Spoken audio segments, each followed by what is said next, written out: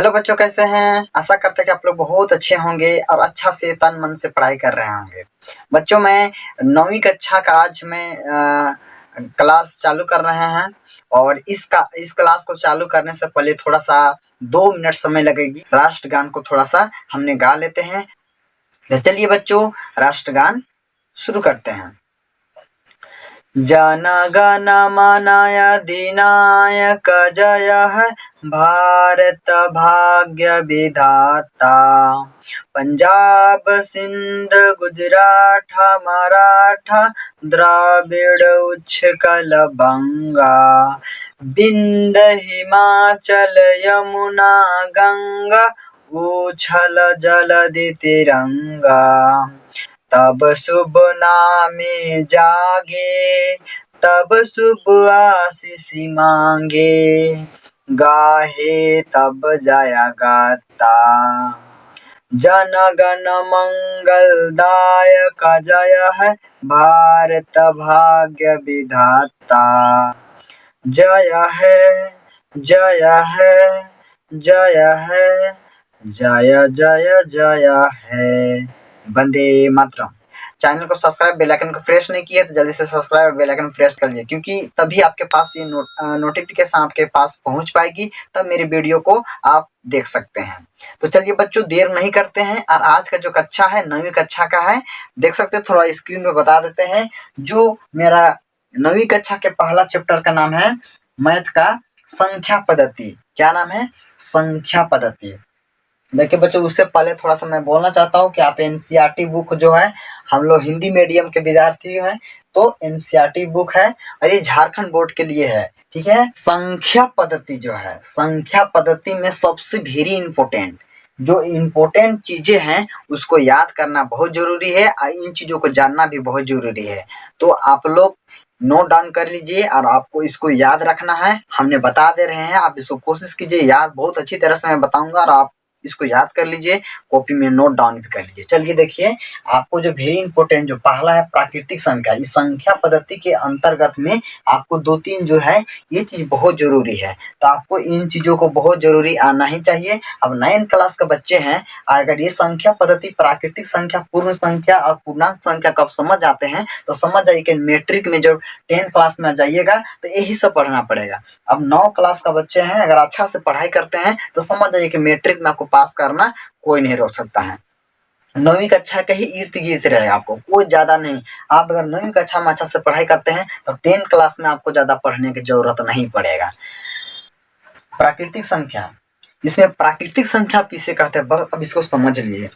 प्राकृतिक संख्या जिसको नेचुरल नंबर कहते हैं, तो प्राकृतिक संख्या हम उसे कहते हैं जो प्राकृतिक संख्या हम जानते हैं, जो गिनती बच्चा लोग 1 2 3 4 करते हैं उसको हम लोग क्या बोलते हैं? प्राकृतिक संख्या। प्राकृतिक संख्या जो जिसको गिनते हैं, गिना जा सकता है, उसको हम प्राकृतिक संख्या कहते हैं। देखिए प्राकृतिक संख्या हमने यहाँ पर काउंटिंग जो गिनती होता है 1 2 3 4 5 6 7 8 9 10 उधर हजारों लाखों तक चला जाता है। तो बताइए कि इसमें गिनती इतना है कि गिनती को कोई गणना भी नहीं कर सकता है, इसका कोई लिमिट ही नहीं है गिनने का। तो देखिए यहाँ पर इन्फिनेटिव हो गया, मतलब यहाँ से 1 से 7 10 20 50 तक लिखिए, उतना लिखने की जरूरत नहीं। 1 से 5 तक लिख दिए तो आप यहाँ पर इस प्रकार डॉट डॉट दे करके आप यहाँ पर इन्फिनेटिव दे दीजिए। इसका मतलब हो जाता है इन्फिनेटिव मतलब गणना नहीं कर सकते हैं। तो प्राकृतिक संख्या जो गिनती को कहते हैं, तो देखिए इस प्रकार से आपको यहाँ इसको याद रखिएगा और गिनती 1 से 2 से 5 तक लिख करके आप इन्फिनेटिव दे दीजिएगा डॉट डॉट दे करके तो आप प्राकृतिक समझ गया। प्राकृतिक संख्या किसे कहते हैं? तो प्राकृतिक संख्या जो गिनती जो काउंटिंग किया जाता है, जो गिनती, उसी को हम प्राकृतिक संख्या कहते हैं। अब दूसरी नंबर में देखिए कि पूर्ण संख्या। तो पूर्ण संख्या किसे कहते हैं? तो पूर्ण संख्या समझ लीजिए कि जो है प्राकृतिक संख्या वही होता है, सिर्फ पूर्ण संख्या में क्या होता है, सिर्फ इसके आगे में देखिए यही चीज लिखा हुआ है, ठीक है, सेम, लेकिन इसमें सिर्फ इसका आगे में देखिए तो प्राकृतिक संख्या में 0 नहीं होता है। तो देखिए यहाँ पूर्ण संख्या में यहाँ पर सिर्फ खाली 0 से स्टार्टिंग होता है, शुरू 0 से हो रहा है, तो इसी को हम लोग बोलते हैं पूर्ण संख्या। आई होप कि आपको समझ में आ ही गया होगा। अब देखिए पूर्णांक संख्या। तो पूर्णांक संख्या इसको बहुत ज्यादा समझना जरूरी है। देखिए ये वाला बहुत ज्यादा काम में आएगा। आपने इस प्रकार से जान रहे होंगे, इस प्रकार से।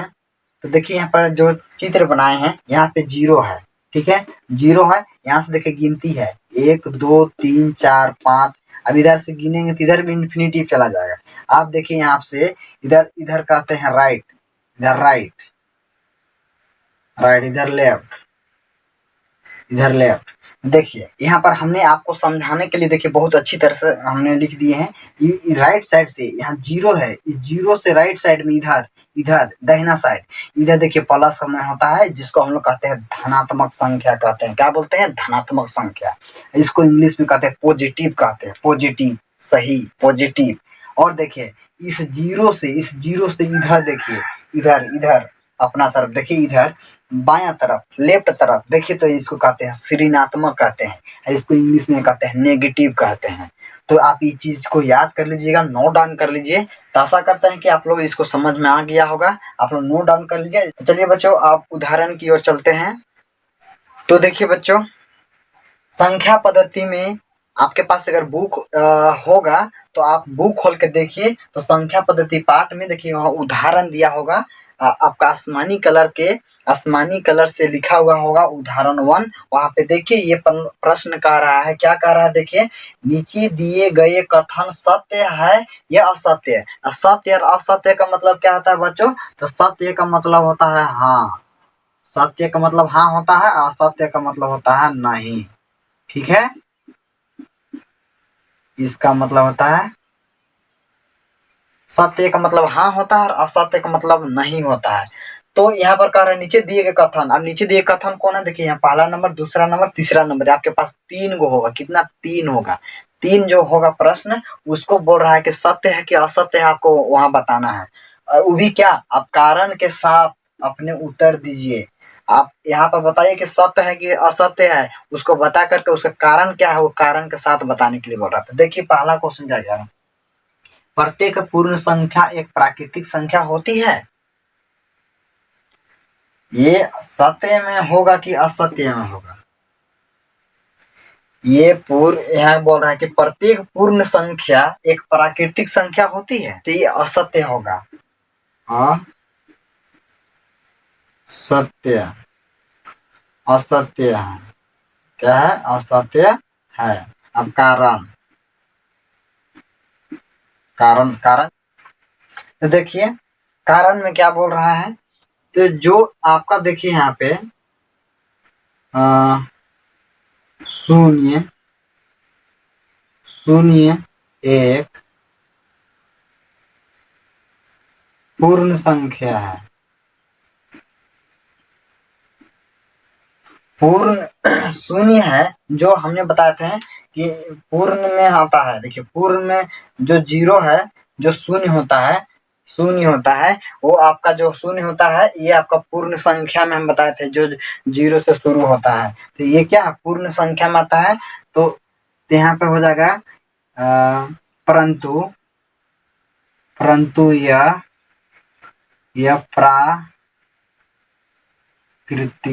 प्राकृतिक संख्या, यह प्राकृतिक परंतु यह प्राकृतिक संख्या नहीं है। यही है कारण। अब चलिए बच्चों, देखिए मेरा यहाँ पे पहला का था, पहला हमने बता दिए। अब देखिए दूसरा, जो दूसरा है, इसमें दूसरा पॉइंट में क्या बोल रहे हैं कि प्रत्येक पूर्णांक एक परिमेय संख्या होता है।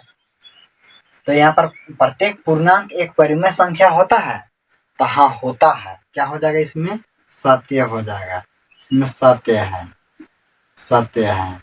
अब यहाँ पर कारण, कारण बता, कारण में क्योंकि प्रत्येक पूर्णांक जो है, प्रत्येक पूर्णांक जो होता है ना आपका, जैसे यहाँ पर कोई संख्या दिया हुआ है, देखो यहाँ पर कह रहा है कि पूर्णांक एक परिमेय संख्या होता है। तो परिमेय संख्या में आपका जो होता है प्राकृतिक संख्या, जैसे मान लो जैसे यहाँ पर 2 है, चाहे 3 है, चाहे 5 है, चाहे 6 है, इस प्रकार से। क्योंकि ये प्रत्येक पूर्णांक इतना हो गया, इतना संख्या को ही लिख दो के रूप में लिखा जा सकता है, लिखा जा सकता है। बस इतना ही हो गया। अब चलिए हम लोग, ये दूसरा हो गया हम लोग का पॉइंट। अब देखिए बच्चों, अब मेरा तीसरा जो है पॉइंट, वो तीसरा पॉइंट को बनाना है। प्रत्येक परिमेय संख्या एक पूर्णांक होती है।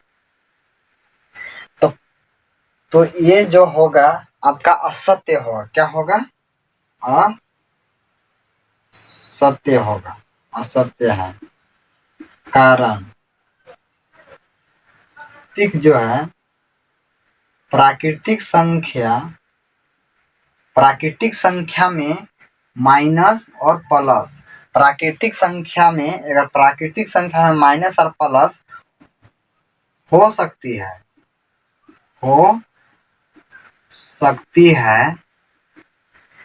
प्राकृतिक संख्या माइनस और प्लस हो सकती है, लेकिन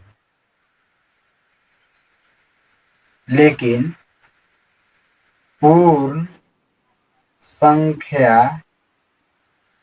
संख्या में माइनस जो है, ये माइनस नहीं होती है, माइनस नहीं होती है। ठीक है। तो मेरा पहला जो संख्या पद्धति के पहला उदाहरण के 1, 2, 3 थे, वो तीनों को हमने अच्छी तरह से समझा दिए हैं। चलिए बच्चों, उदाहरण में जो दूसरा का है उसको हम लोग बनाते हैं। देखिए क्या बोल रहा है प्रश्न में कि 1 और 2 के बीच की 5 परिमेय संख्या ज्ञात कीजिए। 1 और 2 के उसके बीच की, बिटवीन, बीच मतलब एक संख्या एक है, 2 है, तो इसके बिटवीन बीच की जो 5 को परिमेय संख्या निकाल के बताना है।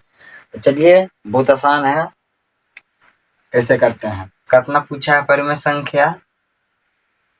5 परिमेय संख्या ज्ञात कर।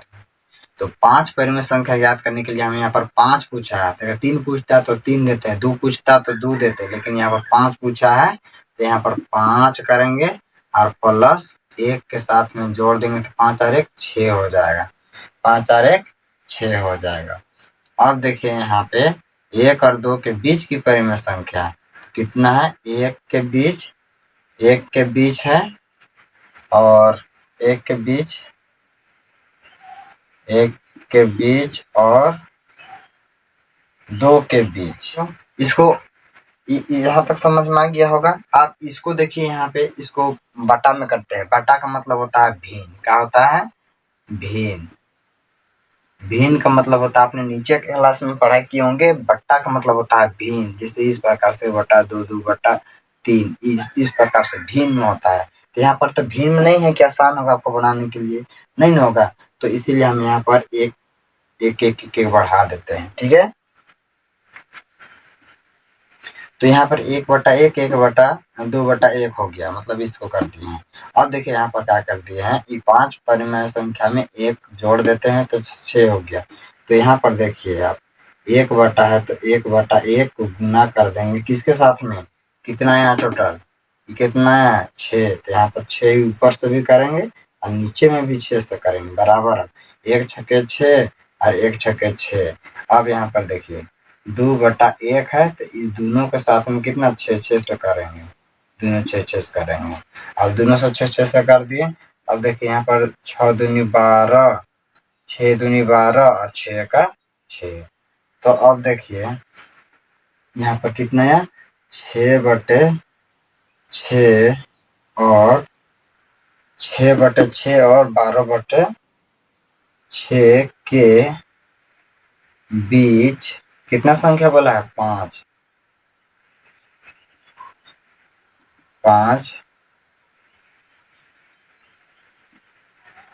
5 परिमेय संख्या बराबर। अब ये दोनों संख्या आ गया है, इसी के बीच में हमको 5 को संख्या निकाल देना है। जैसे 6 है, देखिए नीचे में समान है, नीचे क्या है? इसको बोलते हैं, देखिए भिन्न में होता है। देखिए एक याद रखिएगा कि भिन्न में जब होता है तो भिन्न में जैसे 1/2 है तो ऊपर वाला क्या बोलते हैं? अंश बोलते हैं, ऊपर वाला को अंश बोलते हैं, नीचे वाला को हर बोलते हैं, याद रखिए, ये बहुत ही जरूरी है इसको जानना। भिन्न ऊपर वाला का अंश बोलते हैं, नीचे वाला हर बोलते हैं। देखिए नीचे में हर जो हर नीचे हर समान होता है, तो यहाँ पर देखिए 6/6 है, तो 6 के आगे बढ़ना है, 6 के आगे बढ़ेंगे और 12 के बीच, मतलब इसके बीच 6 और 12 के बीच की 5 गो बताना है, 5 गो लिख देना है। तो देखिए कैसे लिखते हैं, 6 है तो 6 के आगे 7 गिनती लिख दे रहे, 7 का आगे फिर होता है 8 9 10 3 और 4 हो गया 11। देखिए 7 6 का आगे कितना होता है 7 8 9 10 11 गिनती दे दिए। अभी 12 6 और 12 के बीच में हो गया संख्या, ठीक है, ये दोनों बीच में हो गया। अब देखिए इसके नीचे में क्या करेंगे, हर समान है तो सब में 6 डालेंगे, 6 6 6 6 6 5 हो गया, 1 2 3 4 5 परिमेय संख्या हो गया। यही हो जाएगा आपका आंसर। आशा करते हैं कि बच्चों आप लोग को अच्छा से समझ में आ गया होगा। और मैं बच्चों आप लोग से मैं एक रिक्वेस्ट करना चाहता हूँ, अपना टाइम टेबल का एक शेड्यूल बना लो, कंटिन्यू पढ़ाई पे ध्यान दो और अच्छा से पढ़ाई करो, रिजल्ट बहुत अच्छा देखने को मिलेगा। ठीक है बच्चों, तो फिर देर नहीं करते हैं, मिलेंगे फिर नेक्स्ट वीडियो में।